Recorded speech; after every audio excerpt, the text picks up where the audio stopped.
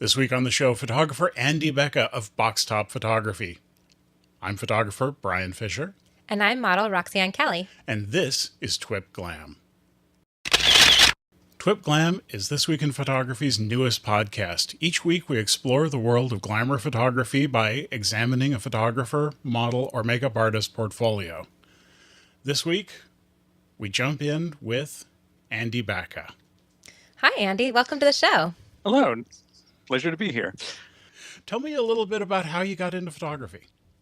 I went to art school, to Parsons School of Design here in New York City, where I studied illustration and painting. And during that time, I never really gave a damn about photography at all. Never had to take a class in it. Really wasn't interested in it. Painting was my thing. And about 5 years ago, I went to the Metropolitan Museum of Art, and the show just absolutely knocked me out. And I wanted to get into photography. And a week later, I went and bought a small camera, and I started out with street photography and played around with that for about a year. And little by little, I started getting into urbexing a little bit. And we discovered this incredible abandoned coal breaker in Pennsylvania. And that was like my lab for about the next year. Played around with all different types of photography, HDR, bracketing. I basically learned how to shoot there. And during that time, I started shooting my fellow photographer, Bob, whom I used to go there with all the time. And from there, I started shooting models after that, and eventually shot some models there as well. It's amazing how far you've progressed in just a handful of years. Yeah, it's really, and I think what people will see is your background in classical art. Yeah, I absolutely. Think it takes a certain eye. As much as I'd like to get away from that, because I know that I have a painter's eye, I'm trying to move away from that and get beyond that. But it's so much a part of me because that was my background. Mm-hmm. Having had that background as a painter, I wouldn't try too hard because your classical training sets your stuff apart. It was when we opened up your portfolio, we immediately went, oh, well, there's something here to be seen. And again, I think it is the deep understanding of composure. And it's all beautifully crafted, not just photographed. I also failed to mention that I had a career as an illustrator for about 15 years. And then from there, I just got completely burned out on it. And during that time, I started playing around with Photoshop about 20 years ago. And my career as an illustrator wound down and wasn't getting the work that I was, and the whole industry was transitioning from traditional media to digital. And ironically enough, I didn't want to pursue digital format for doing illustration work, but I gravitated toward doing Photoshop. Eventually got a job as a photo retoucher. So those two kind of go hand in hand, my background as a painter and now my present career as a photo retoucher. So that kind of is probably why my work is a little bit obsessively done in post-production. I completely understand. Actually, I am a little the opposite in that almost all of my art education is in photography. Really? And I do almost zero post-processing. I'm a in-the-camera guy. Yeah. See, I would like to do more of that, but I can't help myself. Once I get started, it's such a part of me because of my job that it's hard for me not to try and take it to someplace else than what was inside of the camera. Mm-hmm. I get it. I really do. Well, they're just totally different art forms, and I love them both. Me too. So I can't help but notice behind you is, it looks like you're in a grape orchard. Or yes. the Amazon jungle. Could be Amazon jungle. What that is I live here in New Jersey, and I don't have a studio. So during the winter months, my options are kind of limited to where I can shoot. And I go hiking frequently, especially there's a park along the Hudson River here and by the George Washington Bridge. And it's kind of magical in the wintertime. It's just full of these hanging vines, and it has this magical feel to it. So I decided that if I can't really shoot outdoors during the wintertime, I would bring a little bit of the outdoors into my studio. So I have this brick wall behind me, and I hung a net, and I just started bringing home like a crazy person all these vines that were out in the woods. And I did it over the course of about a month, and I think people must have thought I was nuts carrying them from my car into my apartment. That's exactly what I was thinking. Yeah, I'm sure they must think that I'm nuts and have no idea what I'm doing. It's a green hoarder. Yeah. So I would take them into the basement and I would spray them with bug spray just to make sure that there was nothing unwanted amongst all the vines. But I'd like to do that some more this year. Didn't really utilize it last year, but I'd like to collect more and maybe do an entire wall with to see what I can come up with. Because again, shooting options here, unlike in California, are pretty limited during the colder months. And the colder months just seem to go on and on and on here. Yeah. Well, the texture on that wall is so neat with using those vines. Yeah. It is. It's cool. And I'd like to explore some more with different ways of lighting it. It yielded some good results, too. Nothing is represented in the portfolio that I had sent you, but some of the shots I was pretty happy with. Yeah, the California is a very different creature in that our green time of the year is called winter. And we don't have any old buildings to shoot in because the real estate values are so high. Every time a building gets 50, we knock it over and put a different one there. And no heavy industry because it might hurt a grasshopper. Yes. So, But you have everything from incredible mountains to vast deserts. Yes, I would love to live in California. It is cool. As a matter of fact, we were on the beach last week doing a test shoot doing some fun stuff. Should we share one or two of those? Sure. Well, I get to choose them. oh, all right. Well, there's this one. And as you can see, the wardrobe is made of gold. Very interesting product to use. It's called Gold Flake. And I think. It's a fun experiment. We will be working with it on a trip out to the desert. We're going to go up as a sort of This Week in Glamour field trip with some of our cohorts up to California's high desert and be shooting out on the dry lake beds and things. So I'm so little excited. Preview there. You know, What part of the state is that? That would be sort of the eastern, straight east from us, at about 3,000 feet. Okay. So is it near Death Valley, or that's up towards Death Valley? Most people will recognize it if they're airplane buffs because this is where they land the space shuttle, or when they were flying the space shuttle. Okay. It is a perfectly flat plain without any vegetation, and we're going to go out and shoot on it here shortly. I'm looking forward to it. I have some really fun ideas for poses. Good. Keep the ideas. I will. Keep track. I'm so envious. New Jersey is such a boring state in comparison. They have airplanes. Come on out. Yeah. Yes, gladly. Before we jump into pictures, unlike all of the other podcasts on the network, we are going to be displaying podcasts that do incorporate nudity. And we understand that that is a hot button topic for some businesses and some viewers. So we want to make sure everybody is in the right place to see the right things. If you're catching the podcast on iTunes or YouTube, you're going to see editing over the top of what would be considered family objectable. If you'd like to see the unedited podcast, that's going to be on our page at thisweekinphoto.com. And they're all very tasteful. They're all tasteful. They're all artistic. But in today's world of I can be more offended than you can, we've decided to just put a nice warning out there. In this particular group of pictures, very conservative. One nude picture, and it's great. That's why we're bringing it to you. We're not going to bring anything out for the purposes of the fact that it's a nude picture. We're bringing it to you because it's art. So without further ado, let's move on to some pictures that are pretty cool. I'm so excited. So you could do this one on the high desert. Yes. Well, this looks like the dry lake bed, except this is much bumpier. Okay. No, this was shot in Bonneville Salt Flats in Utah. It's not as flat as where we're going. You know what? I've shot in Utah at the Salt Flats. It's a very interesting place. It is. This whole thing started. My very good friend Zoe West, who's the model in this photograph, she's a noted model, noted traveling model, and I'd been working with her for about 8 months at the time, and she was up to do this workshop in Utah. I think it's Joel Belmont. He does these workshops down in Lake Powell. We know Joel pretty well. He was a guest really? on our previous show, and he is on the docket to come back and talk to us in a future episode. Oh, fantastic. I'd love to listen to that. So Zoe was up for that, and when she was mentioning Lake Powell in Utah, before I got into photography within the past 15 years, I was a big backpacker and hiker, and I still am a big hiker.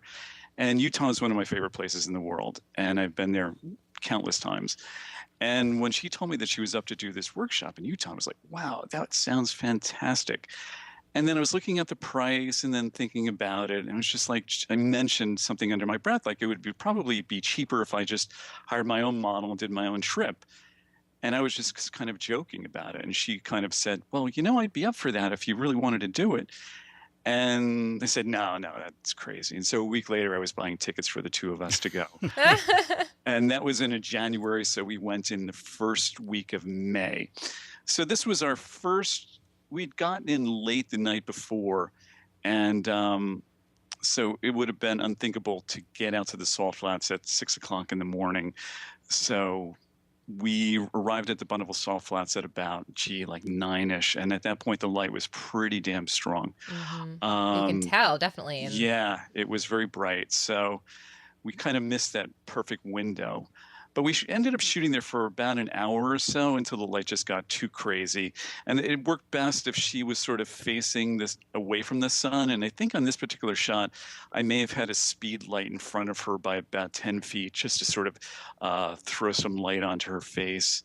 And it probably opened it up a little bit in Photoshop so that she wouldn't be completely flat. And with this particular shot, as you can imagine, shooting in such a light-colored environment, and then also the black dress, technically, I was very concerned about getting a little bit of detail so there wasn't completely blown out in the salt flat ground, and then as well as opening up the dress so that you can see detail in there as well. So that would kind of be balanced throughout. The detail would be balanced throughout. I think I get a lot of that sort of thinking because I used to shoot HDR, something that I don't do anymore. But I learned to bracket. And even though this shot wasn't bracketed, I will make numerous exposures from the one raw file. I'll make a light one for detail within the dress, and I would make a dark one where the detail is preserved into the ground so that you have that complete range. And then I will carefully mask in and blend areas so that you'll have detail throughout the image. Have you ever tried using one of the HDR packages to tone map your single exposure? I used to do urbexing, and for that, it was sort of a mixed bag. And sometimes I really didn't like the look of it. But I used to use, what did I used to use? Photomatics, which is wonderful. A lot of people do great work with it. And I was, I did some stuff that I was very happy with. But especially for shooting people, it's something that I try my best to avoid. I just don't like that look in terms of shooting people. Yeah, it can be overdone in a heartbeat. Totally overdone. But what I did learn from it is getting that range of tone and detail throughout the image, going from shadow detail to detail in the lights and not blowing it out. So that was a very invaluable thing that I learned while I was HDRing. I learned to bracket, or at least even just with one shot, making multiple exposures and stacking them and then masking to get that detail. I know a lot of photographers end up becoming sort of all about one discipline, and this is a perfect example where stretch outside of your discipline, go shoot some trees, go play with different technologies. Always helpful. Absolutely. Sometimes I think sometimes as a photographer, and even though I don't have that much experience, but I think you can hit a wall. And I think if you experiment with other types of photographer, even shooting food or landscapes, it's all part of this stew that that becomes you. By trying these different forms of photography, I think one could possibly help the other, because I think somebody that just shoots still lifes or food photography, if they were to shoot people, they would have a different take on it. It could yield some interesting results. I think it all just becomes one big stew, the different types of things that you try. And I think it is good to try and stretch yourself and experiment and try new things. Absolutely. On to our next picture. How did you get this location? Yeah, that's exactly what I was going to say. This location is incredible. It is incredible. That's Zoe West again. And Zoe had shot with this photographer, Scott, let's just call him that. And he had liked the work that I had done with Zoe. So he was going to shoot in Baltimore. And he invited me down one day, and he was going to shoot at this place called the I think it's Bromo Seltzer Clock Tower in Baltimore. And the tower itself was, I think, inspired by either a tower it might be a tower from Siena, Italy, or Florence. One of the two, but it's quite striking from the outside, and inside it's just magical. I would love to go back there and shoot it again. It was actually quite reasonable to rent that space out. And so Scott had rented the space out, and Zoe and I supply the clothing. And that's just one of the shots that we took there. It was fun. I think we only shot there for about an hour. And this particular shot, because I'm obsessive about my Photoshop, I think I stretched a dress out maybe an inch or so, just because I wanted that extremely long, flowing look to the dress. But that was such a beautiful location. It was a great day. I have a question about the wardrobe. Is that a corset over a dress? It is. It's a corset. Zoe and I were buying corsets a lot for our shoots. And there's a place online called Corset. No, I shouldn't mention the name. Yes, and I forget where she got that skirt from. I think we had it from some previous shoot. I can't quite remember. That was about 2 years ago that we shot that.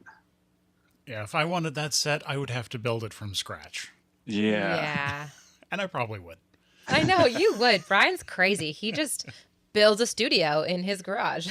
Really? I see. Photography is addicting, and, it makes people do these kinds of extreme, crazy things. Absolutely true. Yes, Just it is an addiction. Ask my spouse. Crazy, crazy things. It's such an addiction, but it's a positive thing. I think so. As they say, teach your kids to take pictures. They will never have the money for drugs.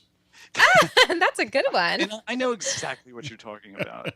Exactly. So on this picture, are those the natural shadows behind? Or have you had to really tweak to get the sort of the balance of how dark the shadow is against the white glass? I think I sort of have a tendency to do that, but I probably vignetted the left side, the wall, just so that would, enhance, have your eye flow more towards her and less towards the brick. So I'm sure I must have darkened the wall down a bit. Yeah, it really works. It really, really works. And, in model photography, we oftentimes just zoom right in our models. We don't bring in much of the background. Well, it's interesting. In this case, she's an accessory to an overall image. It's something that, it's funny, I was listening to Flern, I forget the guy's name who runs that, and he was talking to Eric Almos today, or at least I was listening to it. And it's interesting because Eric's work, which I've just discovered recently and I like quite a bit, and they were talking about if you go through your exit data and you go through, it will line up all of the focal lengths that you take, and you can kind of see what shots that you take most of all. And it's like I do have a tendency to try and capture everything, but I'm trying to get away from that. I'm trying to have a range where I go in tight for a portrait and then pull back and capture the environment, because I don't want to just focus on the figure within the environment. Although sometimes at a place like this, you just have to. It'd be foolish to just take a portrait shot. But I think sometimes you get locked into one or the other. And I think for myself, I would like to be able to do both. Come in close and then try and capture everything as well. Yeah, I was reading an article, it's been a couple of days back, about the golden spiral, golden ratio, whatever you'd like to call it. And this picture would cause the orthodox people great pain because she's sort of sitting on the spiral and not part of it. But and for the record, not a big believer in all these composure rules. I like to just go with what feels good. And what Me looks too. good. I agree 100%. It's funny, 2.5 years ago or so, I went to this workshop that this guy had in this abandoned building. And it was interesting because it was my first exposure to doing using speed lights. And he was telling me, you should never take a shot with the subject matter looking straight on in the center of the photo. You should just never do that. I was just like, I immediately know that he must have read this from a book someplace. And I just said, I know why you're saying that, but I completely disagree with you. Yeah, if anything, it's extremely powerful because you get locked because they're looking right at you. Absolutely. I've recently discovered this photographer who does wonderful work, Jennifer Hudson. I think her name is Jennifer Thorson now. But so much of her work is just a figure in the center, like looking at you, and the work is absolutely wonderful. Sounds like So somebody yeah, that should be on the show. yeah, look her up. She's wonderful. Um, sh yeah, the rules like that, I think they should be thrown out. You should just do, and after, I think, learn them at first and then just forget about it, and then it should just sort of become intuitive. Because I think the value and the way it was taught to me in photo school was, this is the rule, this is why it's important. Now throw away the rule and remember why it was important. Because sometimes when you're looking at something within the lens, you just kind of feel what feels right, Yeah, and take it from absolutely. there. But yeah, I think beginning photographers should learn the rule of thirds, and learn their way around the frame, but then forget about it. There is a giant Oh my spider gosh, coming that is down out of the ceiling. huge. There is, of the I could not studio. have missed that. And it's next to the screen, mind you. That is a It's long across ways the way. away. It won't get over to us for a while. That On to the is- next picture. I didn't think you guys had spiders in Oh there. yeah. Oh yeah. Yes, they grow very well in our environment. And we have a Really? lot of tarantulas. Should I go squish it? Oh, okay. No.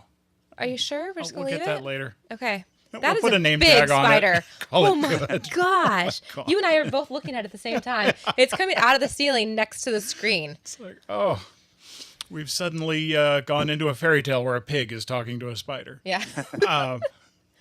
Next picture, which is spider free. Yes.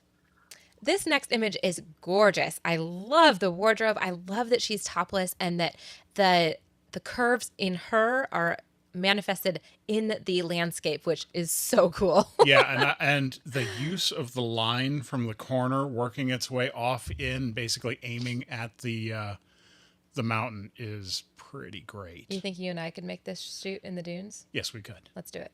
So let Tomorrow. me ask you: do you recognize the location? I do not. It reminds me of the mountains in the back of Star Wars. Who knows whether they did indeed use these? This is Death Valley. I forget the name of the dunes within Death Valley, but it's not the biggest one, but I think it's maybe the most popular one. I can't remember the name of it. Did you have to edit out any other people since it's No, popular? not at all. Good.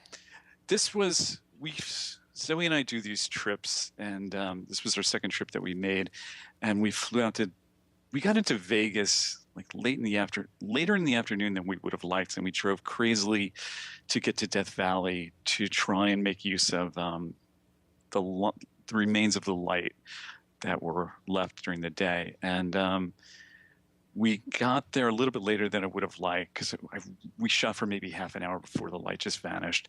And this was among the first shots that we took there. And basically it was just get there, frantically. Okay, I see this line. It's just run along the line, run along the crest of that line. And this is one of the shots that came out. But I would love to go back and shoot there sometime, because it was just fantastic. It's amazing how quickly you can get that shot. You have an Oh, eye yeah. for it. It takes half an hour. You get some of the best shots. Sometimes you just like, it's just intuitive. Just, do this. Sometimes it works. Sometimes it doesn't. But in that particular case, it worked.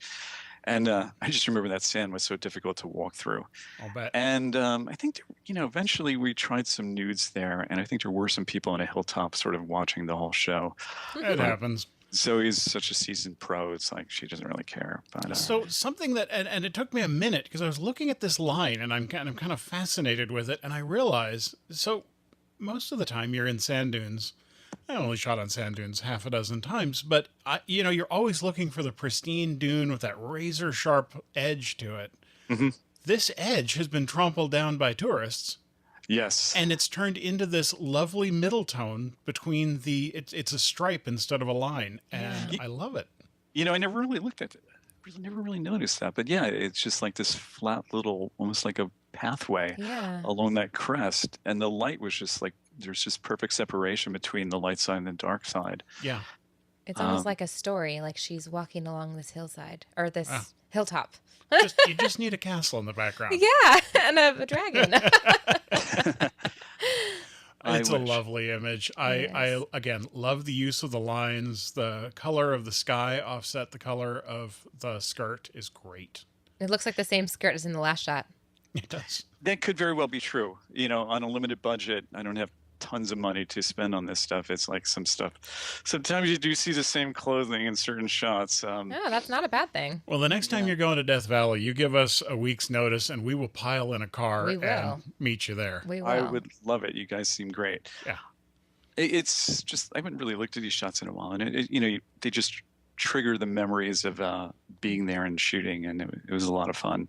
It's like, it doesn't, for me, it's like when I'm out shooting, it doesn't get any better than that. And it's just, especially, working with people that you really like and being in an absolutely fantastic location is nothing better. It's incredible. I look at the bushes in the background, and my first thought was like, but I think they're actually kind of important, because I'm looking, if I take away those bushes for a second, it becomes so clean, it looks very artificial. Yeah. I think in this particular case, I think it holds. It sort of adds weight to her on that side. I think so. But yeah, I could see, maybe it's nothing that I ever thought about, but I could sort of see why you might think about it would start to look sterile, it would look alien. Now, every time I look at that, I'm going to be thinking of that. It's interesting getting other people's points of view, because I work in sort of a vacuum. But yeah, I can see that. But I think in this case, I agree with you. They probably should remain.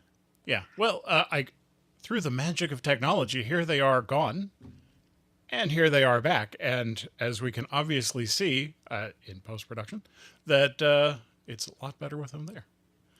You know what else I've liked in a couple of the last three is how you bisect the photo with the background, so, where the background intersects with the model. I think is so important, and you have it nailed in both of the first and the third shot. Well, and this new shot, the log, does some of that same thing. It provides this platform. Mm-hmm. Oh, there's this good story to tell about this one.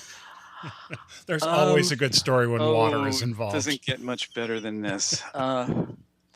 So the year before, I had done like an Ophelia type shot, which is kind of interesting, because as a painter, I had always loved this one painting by this pre-Raphaelite painter by the name of Elias, and he did this famous painting of Ophelia, and I've always loved it. I always wanted to do some work similar to that or inspired by it.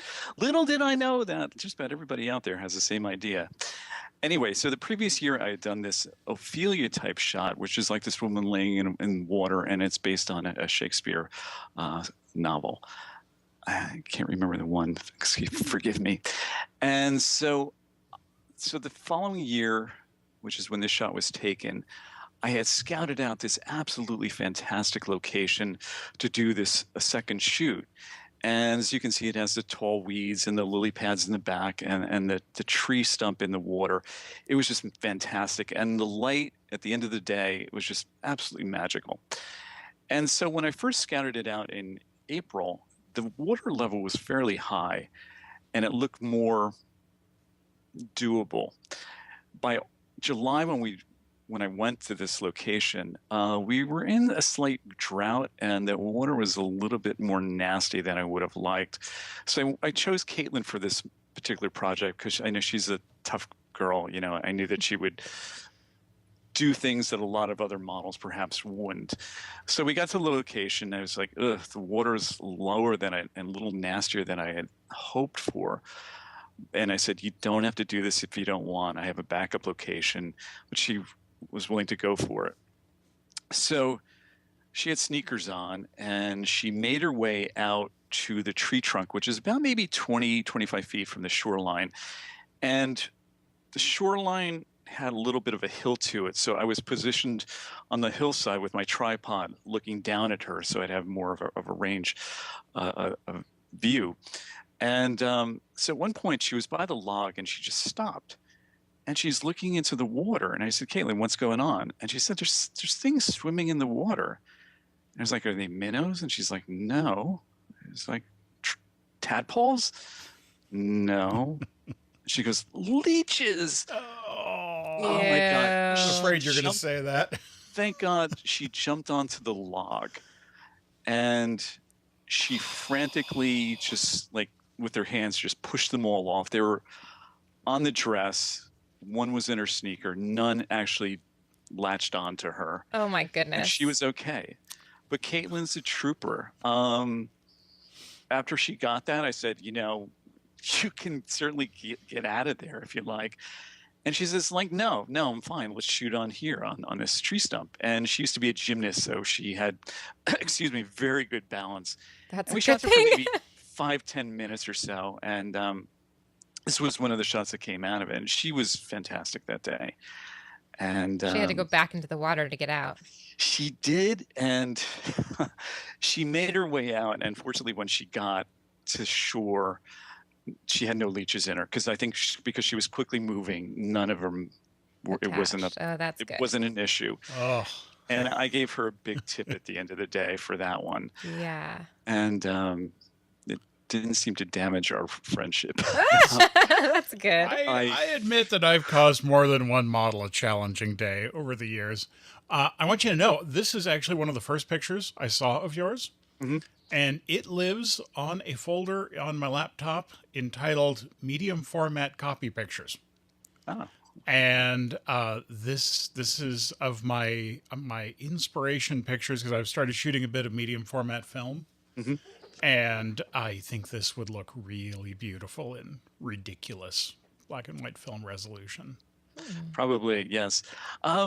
My only issue with this in terms of technical speak, the lens that I use for this, I only have a few lenses, and I use a Canon 24 to 105 4.0, which in a lot of cases is a fantastic lens. The trouble that I have with that lens, when you're shooting a figure this small, I think the detail kind of falls apart more than like a better lens would. But it's all just like pixel peeping. But I wish that I had a higher, that a medium format or something with this particular shot. It would have been so much more. Yeah, it's just absolutely full of rich and beautiful detail. That there's no limit. If you had 1,000 megapixels, you'd look at it and go, "I wish I had 1,005." Yeah. The Canon 5D4 is slightly intriguing, but maybe in a couple of years. Yeah, But the beauty of it is, in a couple of years, it's going to be very reasonably priced, because the next one Sure. will be out. True. I was working. I'm a photo retoucher, so I was working on some files with. I forget the name of the Canon camera, but it's the one where it's like 50 megapixels. The And I R will say it or was the pretty S. sweet. Yeah, I bet. they're fun to email. I'm sure glad that Apple has got this new thing where it'll handle very large files emailed, and it's made my Really? life so much better. You're kidding? Because I thought for me it's like a maximum 24 megabytes. So Yeah, they sort of invisibly move things as a separate kind of file. personally, you would need. I would. My computer at work is like top of the line, and it can handle those huge files, but it's almost too much. Before you know it, the file's easily over a gig, which isn't too bad. But the more I work on it, the more layers, it would just be like outgrow my computer's capacity. But they are sweet. There's just so much detail across the board. Yeah, I shoot some GigaPan work, so we're talking averaging about 2,500 megapixels as a TIFF file. And talk about grinding your machine to a halt. Yeah. But that's okay, because in a few years, your watch will handle that, and it won't be a problem at all. It is true. I love the march of technology. The quicker things get, though, the bigger the file sizes get. That's true. So this was done recently. Zoe and I, we made a trip to Maine, and so back in September, we went there and shot for 2 days. And These bluffs are crazy good, like really cool. it's interesting. I've been to a tremendous amount of national parks throughout the country, and this was shot in Acadia National Park. And Acadia, it has its moments where it's stunningly beautiful, as you can see, but it's so broken up, and it's really not one of my favorite parks. That being said, it makes for some fantastic location shooting. It's just magical. I would go back there in a second. But in my heart, it's certainly not one of my favorite national parks to visit and to explore. Moab would be on my list. That whole region is fantastic. There's a spot very similar to this near Santa Cruz, California, that I need to get back to and take some pictures. Although the last time I went there, I was nearly swept out into the ocean. Oh my goodness. That's right. You guys have a fantastic coastline. Absolutely. We do, We but our do. water is even colder than yours is. It's very, very, very cold.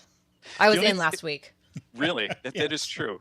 I have a close friend who lives in LA, so I go out there as often as I can. But yeah, the Pacific Ocean is much cooler than the Atlantic. The only thing that you guys don't have is the magical fog that Maine has. Or do you guys get fog at all? We get A little fog, bit. but it's more of a I have a if then that alerts me if fog is going to happen in the right place. Uh, We I, have fog that absolutely takes you out. You can't take a picture of your hand mhm. every day on the Central Coast, but we never get Right, this right. thin fog, which is a I take different it phenomenon. that was foolish of me to say because San Francisco, that whole region is known for its fog. Yeah, but it's like cotton candy fog. It's useless. Really? And the Yeah. farther up the coastline you get, the colder the water gets as well. Mm. Yeah. So LA is pretty nice, but coming up here, you're looking at quite a few degrees cooler. Yeah. It's actually interesting when you're fishing, you get completely different fish between here and Santa Barbara that's an hour away Really? because of the difference in water temperature. Interesting. Yeah. So lovely image. Were the birds, are they in addition or were they there? Yeah, I put them in there. Okay. I I was like going to them. say, those are good birds. You trained them well. Very. Yeah, they I- flew right in the right spots. Wherever I go, if I have my camera with me and I see seagulls, I have a seagull library at this point, which I'm constantly taking shots of them. Because I think sometimes better or worse, and who knows whether I will feel about it in a month or two. But I felt it needed a certain something in the sky. Here, magic of post-production, no seagulls, and it looks empty. It's a great big negative Yeah. space that isn't working. I'll put those back. Mine. Every time I see seagulls, I think of that. Movie is is... that? Oh, the It's Finding Nemo. Finding Nemo with all the Oh, seagulls. okay. All the seagulls, It's been they all say mine. I Yeah. kind of remember that. It's been a while since I've seen the movie, but That's a good I do movie. remember that. Such a memorable one. I like the image. I like that you didn't try to overdo the color of the rocks. You know, you kept the feeling of sort of the gloom. Really works nicely. What did I use for that? I used like color lockup or something in Photoshop. Played with something. I'm always messing with the color of my images and trying to tone it for better or worse. But yeah, something was tinted it somehow. I tried working with a whole bunch of tinting and brought it to my daughter, and she says, I like it how it was when you got it. I'm like, thanks. Oh, that's not very encouraging. That's my kids.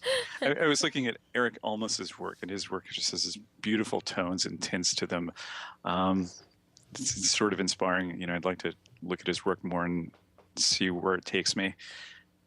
Yeah, well, this works quite nicely. Oh, thanks. Oh, this one's my favorite. This one's my favorite because it looks like she's wearing the water or whatever she's standing in. It's so cool. That's what I was supposed to be.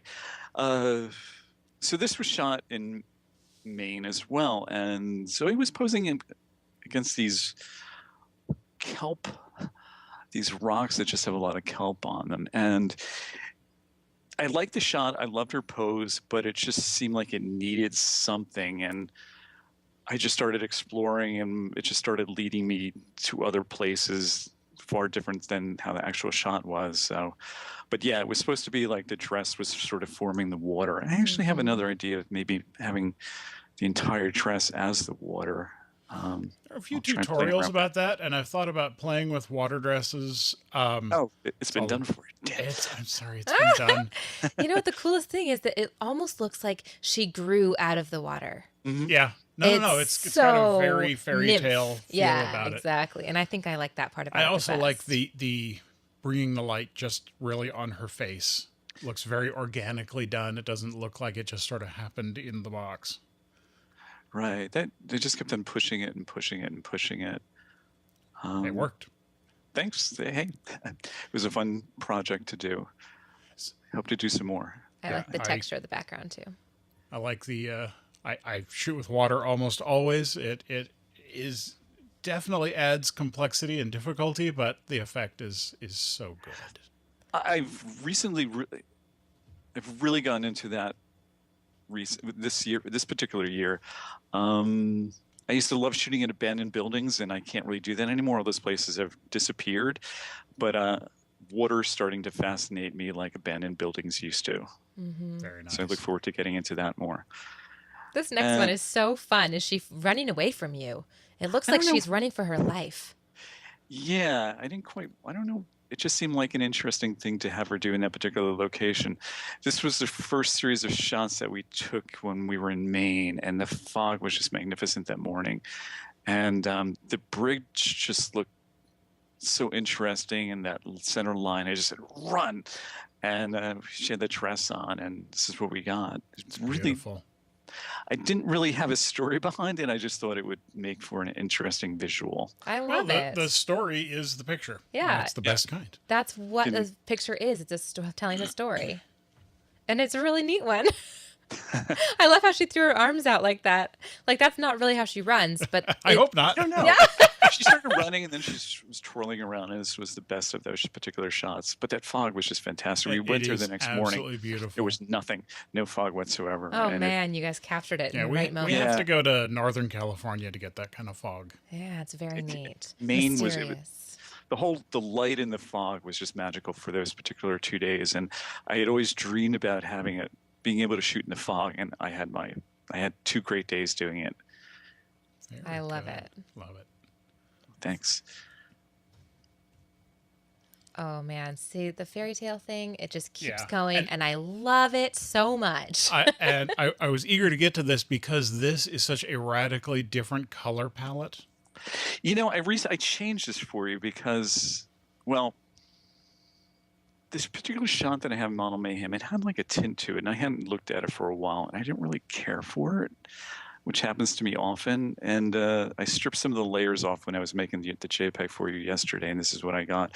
Whether I would be happy with this, you know, a month from now, I don't know, but I didn't particularly like where the tint was as of yesterday.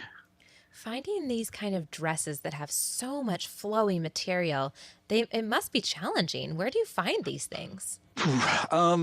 Zoe and I rely on her sometimes, and there's a website that she knows of. I could dig it out somewhere, and we will both look at stuff and sort of agree with what to buy, and then I leave it to her to try and come up with the sizing. But this one was really great. I love this one because it did flow so well. Some of the That's others that we beautiful. bought, I haven't been as happy with, Mm-hmm. but this one was just magical. And this shot, you know, it was definitely Photoshop because I must have taken over about 120 shots of her in that tree flinging her dress up, and none of them really worked as a standalone shot.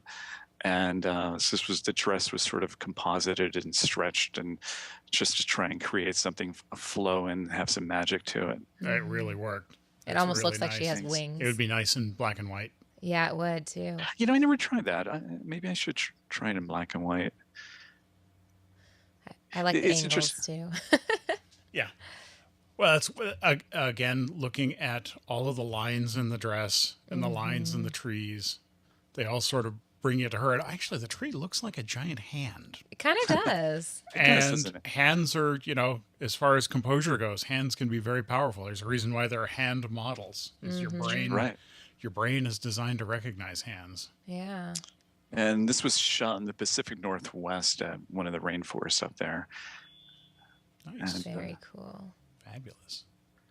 Oh, this is more along Brian's lines. Yeah, I was gonna say that's Very much beachy in the ocean. Oh man, I hope that water's a little bit warmer than it is here, really, because I can imagine that shoot. You're like shivering. It looks cold. No, it wasn't. Really? This was shot in July on the Jersey Shore. And Oh, okay.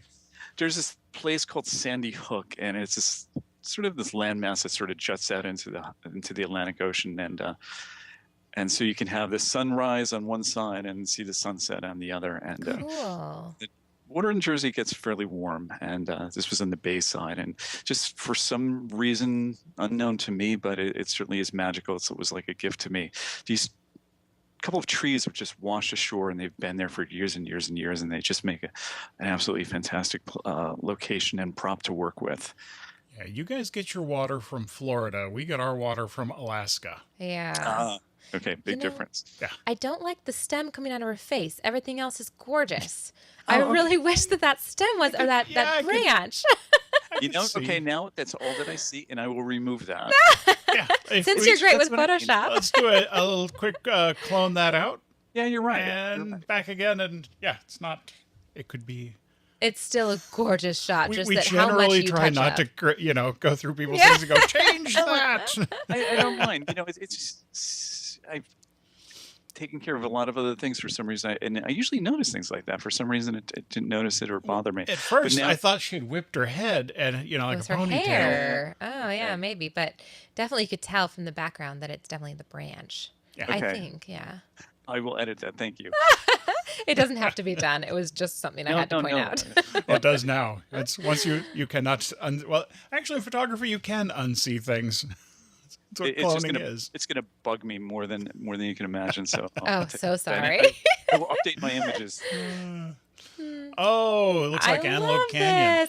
this. I've shot at a location similar to this. Really? Without me? Yes, Bill Lemon. I know. In Utah, with no material of any kind. I love the way it flows, but with the red rock and sandstone, it looks like this is hard stuff to pose with Oh, yeah. because it's always disintegrating under your feet, so you never feel like you're going to get a great grip. And once you finally do get that pose in, and then your feet are covered in sand, and you want to wipe them on your legs to like wipe them off. It's just funny, the little things that you remember from shoots like that. Well, I love the use of the dress to accentuate the shape of the rock. It's Dress, so sorry, cool. Piece of cloth. It's Yeah, this so was this was shot in Utah. Again, I know Utah very well. And I never actually had been to these particular slot canyons. This was in the Escalante region, and Okay. there's these known slot canyons, very popular, called Peekaboo and Spooky. And when we got there was just too many people there. They were the most popular and probably the most spectacular. But there was this sort of throwaway side slot canyon that, compared to the other two, was hardly visited at all. Perfect. And we explored that.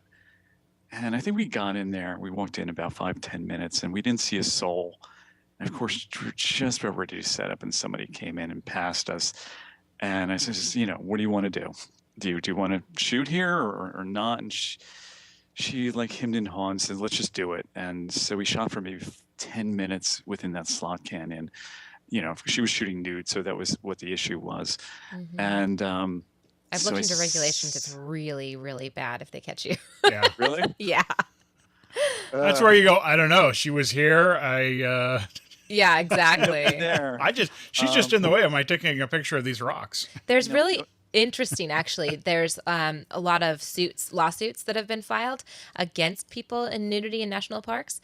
And a lot of times when it's only breasts, there is, the women have won because they say that it isn't really nudity. It's, what would they, I can't even remember the stipulation, but it was something about not genitalia. And they won the suits, so they were actually okay. And you technically can go topless in certain parts of certain national parks. You still don't want to do it because you might have to go to court, but Yeah. but you'll probably win. I've never heard that. That's unfortunate. It is. It just seems like, geez, the things that we do to try and get our shots, and some of the stories that I've heard from other photographers, I'm nothing compared to some of the people that I know, what the extent that they will go through and the things that they would do and the laws that they will bend to try and get their shots. Mm-hmm. But, sometimes when you're out there, you just don't even think about anything but getting that shot. And this was one of those particular cases. Yeah. I kind of knew exactly what I wanted to do within this location. I knew that I definitely wanted to have that long flowing fabric like ride through the lines of a slot canyon. I was hoping actually to do something with a reclining post and then just have it flow through like water, but I actually never got around to doing that because after the shot, I think we left. We only had like 10 minutes tops to shoot in. There was 10 minutes for that entire day. That's all we shot. Wow. This is one of those images. I would have killed to have had an hour or two there. I bet. Well, it sounds like you need to take a trip back there, especially sure on one that of our days off. Yeah. Hey, I'd love to go with you guys. I really would love to shoot with you. Let's next week. Hey, gladly. I would gladly come out. Well, California is either one of way, my favorite places.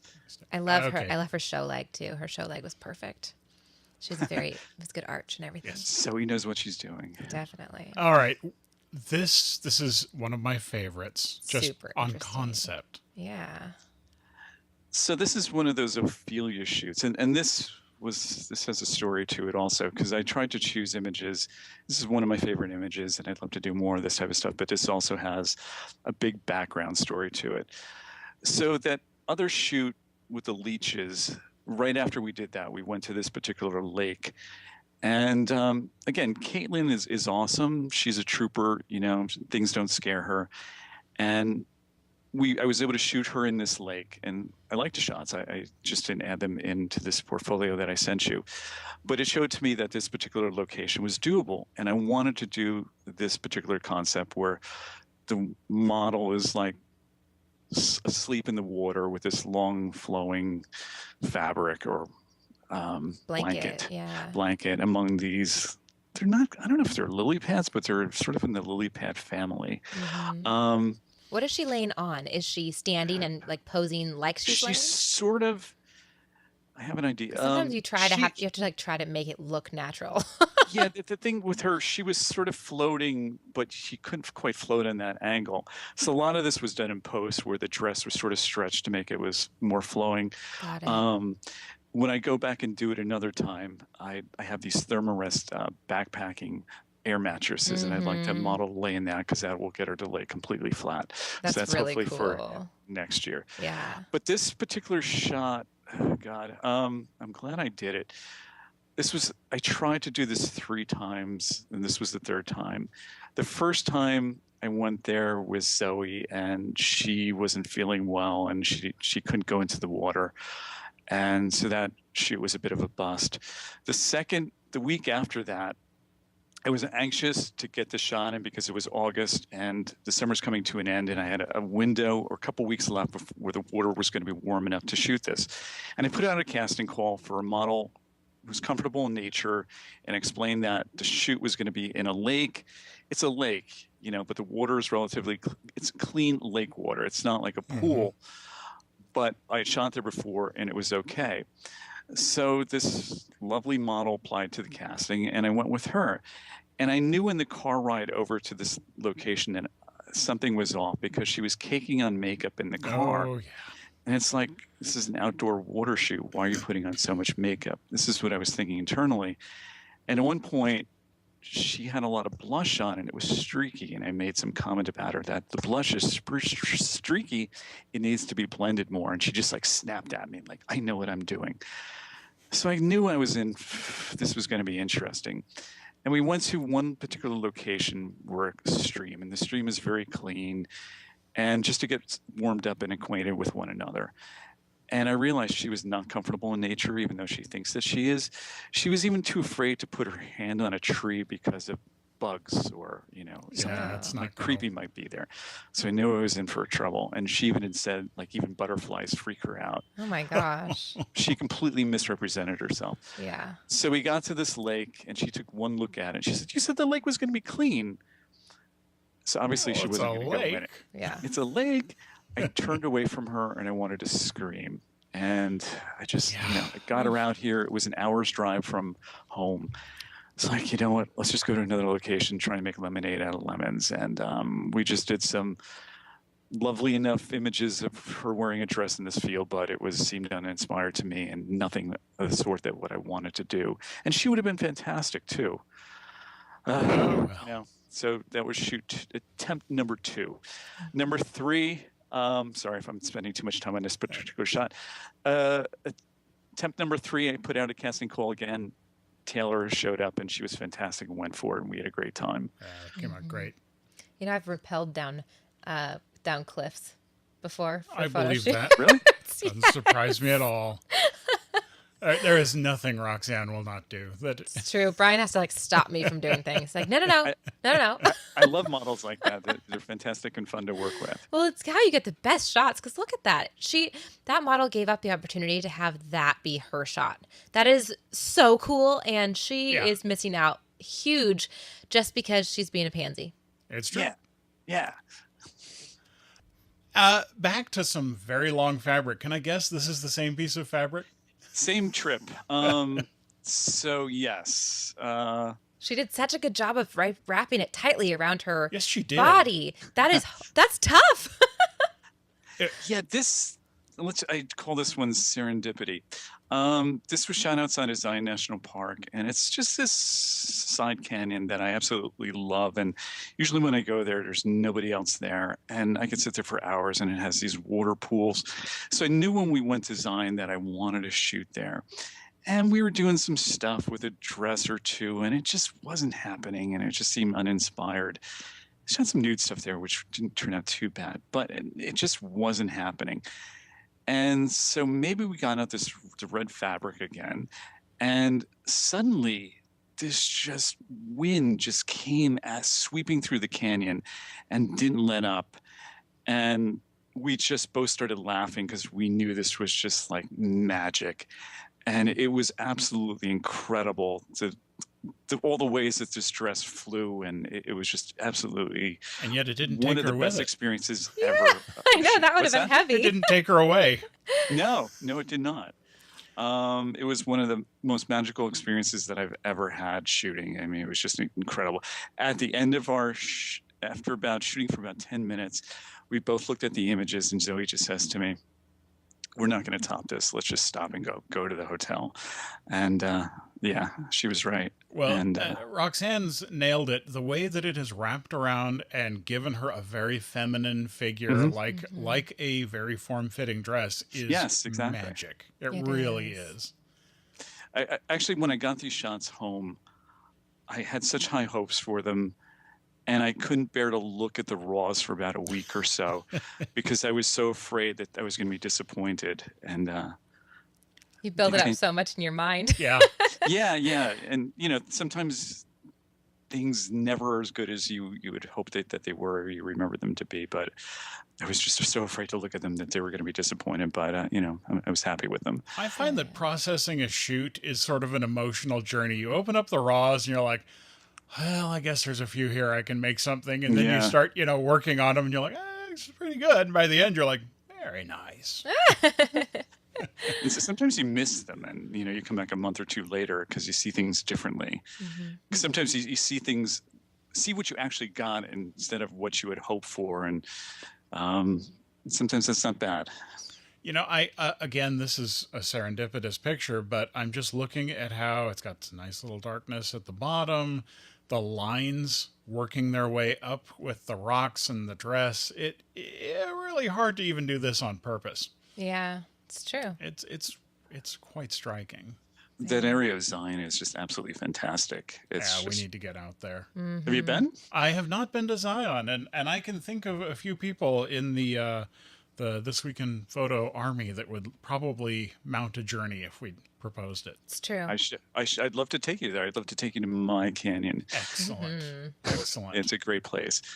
Never sure about the light, though. And this was another shot from that Utah trip that we did, and this was shot outside of Lake Powell. That texture is insane. Yeah, I brought this in because this is just geologically, it's a really fascinating spot where things are coming together. Yeah. That's why I love Utah. It's just an unbelievable place, and those lines. It's just the way they crisscross like that. It's absolutely incredible. So the lines at the top are almost feminine in their curve. They're very soft. Sure, I can see that. The lines on the bottom half have this very striking sort of power feeling about them. Mm-hmm. Everything draws you to her. Mm-hmm. It's really quite good. I knew I wanted to break that line, so yeah, I could shoot that spot probably all afternoon. Yeah, probably should have. It's a shame. I have so many shots from that particular location that I've hardly posted anything. And this particular shot, she had a green wig on, and the colored shots were quite interesting as well.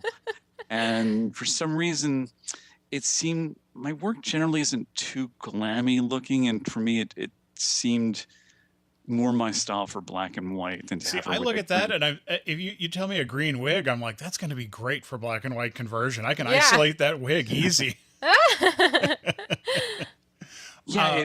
This is another case of there isn't film or sensor big enough. That needs all the resolution you can throw at it. Yeah. Yeah. Beautiful, beautiful model. Just a beautiful, beautiful image. And the last image in the run until the next time you come see us. Which is soon, I hope. That was fun. I had a blast. So we like to cover where you're going with this. Are you looking at moving more into this as a full-time gig, or I have no idea. I have some health issues, and I absolutely have to have health insurance. So I'm not going anywhere. You're gonna have to pry me from my full-time job. But we both have day jobs over here for that same reason. Yes, we do. So photography is just going to be a passion, and my goal for the rest of my life is just to make a few beautiful, memorable images. That's all I want to be able to do. And I really would love to see you take on some of the art show circuit. I think your work is just perfect. Yeah. Well, thank you. I always kind of suffer from some low self-esteem, so I've never really pursued getting myself out there too much. I think you have no reason I to think feel that way. The practice is done. You may now perform. Yes, exactly. Well, thank you. But it's the winter time. I'm not, going to have a few things lined up, but I don't know. Generally, it slows down. But maybe I'll shoot more stuff indoors and concentrate on coming up with some interesting portraits. Spring is not that far away.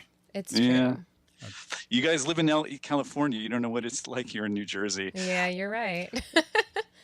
One flight away. So we found Andy on Model Mayhem at a Bacha.